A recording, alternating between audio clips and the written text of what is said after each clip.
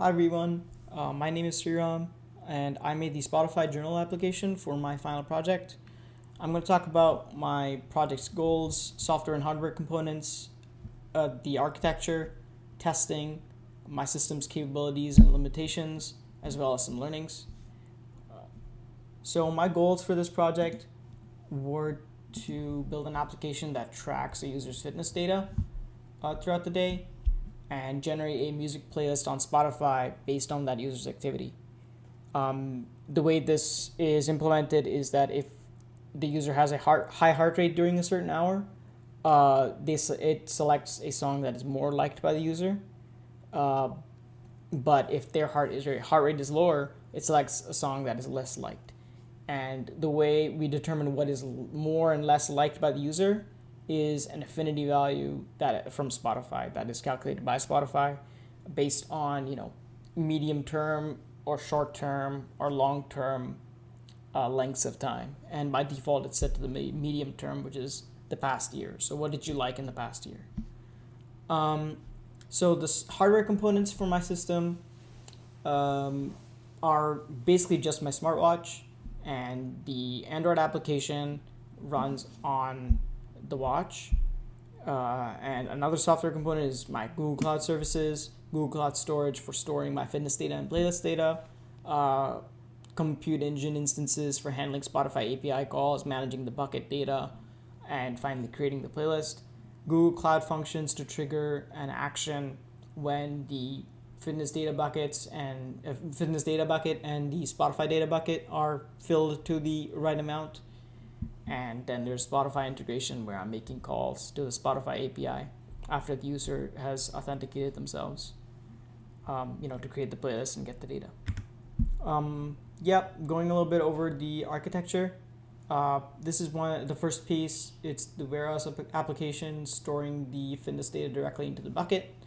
The second little piece is the Spotify data collection VM, which is making requests for the liked song data and storing that into the Spotify data bucket.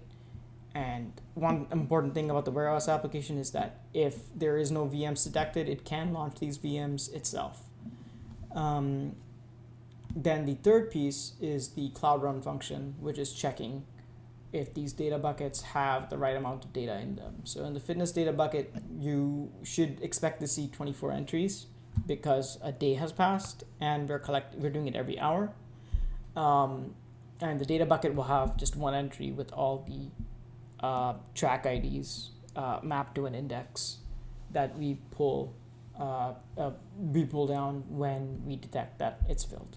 And the pulling down of that data is done by the processing VM from both of these buckets. And then we do our processing of the heart rate and mapping that to the affinity values and creating the playlist based on that. For testing, I used Android Studio for my development, so using the emulator was helpful. I wouldn't always test on the physical hardware. I would test on the emulator first and see if it was working there, and then test on my physical device. Things don't always work on the emulator. They don't always work the same way on the physical device as the emulator, so you kind of have to do physical device testing.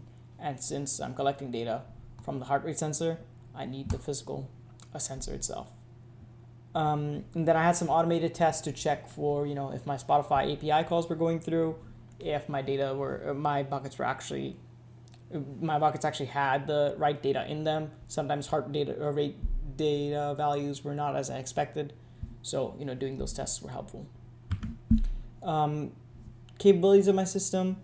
The system essentially runs 24/7 until and unless the user kills one of the components of the system. And killing the most common form can come in the form of the warehouse application shutting down. So the user shuts down the watch runs out of battery, and the application gets shut down. So there's no data going to be sent up. And that's going to cause a failure to create the playlist at the end of the day because the Cloud Run function is not going to get triggered. So that's one of the capabilities / limitations. That it runs 24/7 is a capability, that it will just stop is a limitation. Fitness data is continuously collected, but in that case, poor data connectivity can cause issues in the uploads. But a way to rectify that, which was probably not the best way, but a way I chose to rectify that is have the previous data in the next piece of data. So the most recent most recent time to heart rate mapping will have the data of the previous as well, which if you are collecting over multiple days will get extremely large, but since we're just working with 1 day here, it's fine.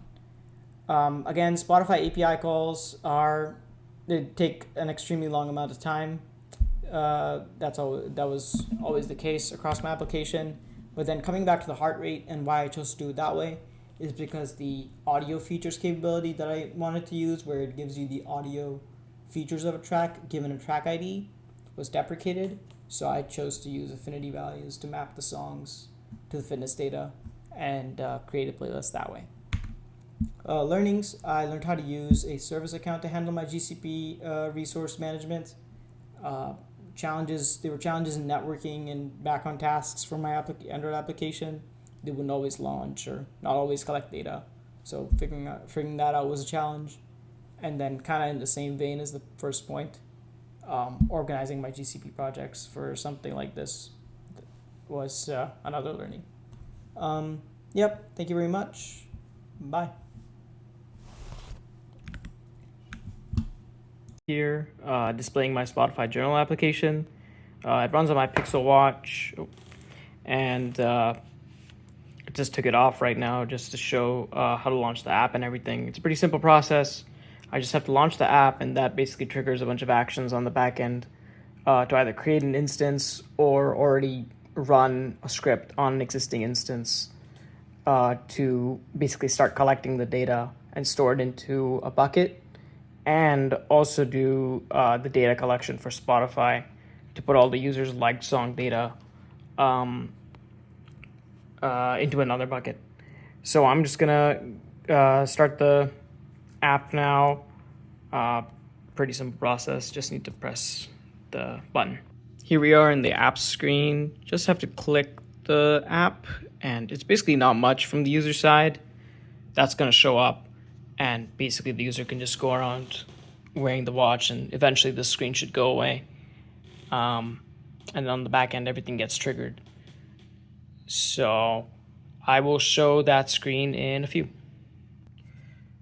Here we are with the playlist that got generated. I have it set to just pick out songs from the last 2 minutes. So every 10 seconds it's doing the pinging. But in reality, what would happen is it would be throughout the day, every hour. Just for testing purposes, it's much simpler to do it this way. But here you can see a playlist is generated for that date. And here's all the songs. But just to prove that these are actually from the liked songs that I have go to the liked songs tab, and let's pick, Darth Vader's one we saw over there. So let's pick that one. And yep, the first one over there. That is one of the liked songs of the user. And based on popularity, you can always compare it with, there's other websites to rank your Spotify ranking, or ping the API and see yourself that it's an actual song that you like. So that's it for the demo portion. There's not much to show in terms of, visually. It's all stuff that goes on the back end. So hopefully found that fun.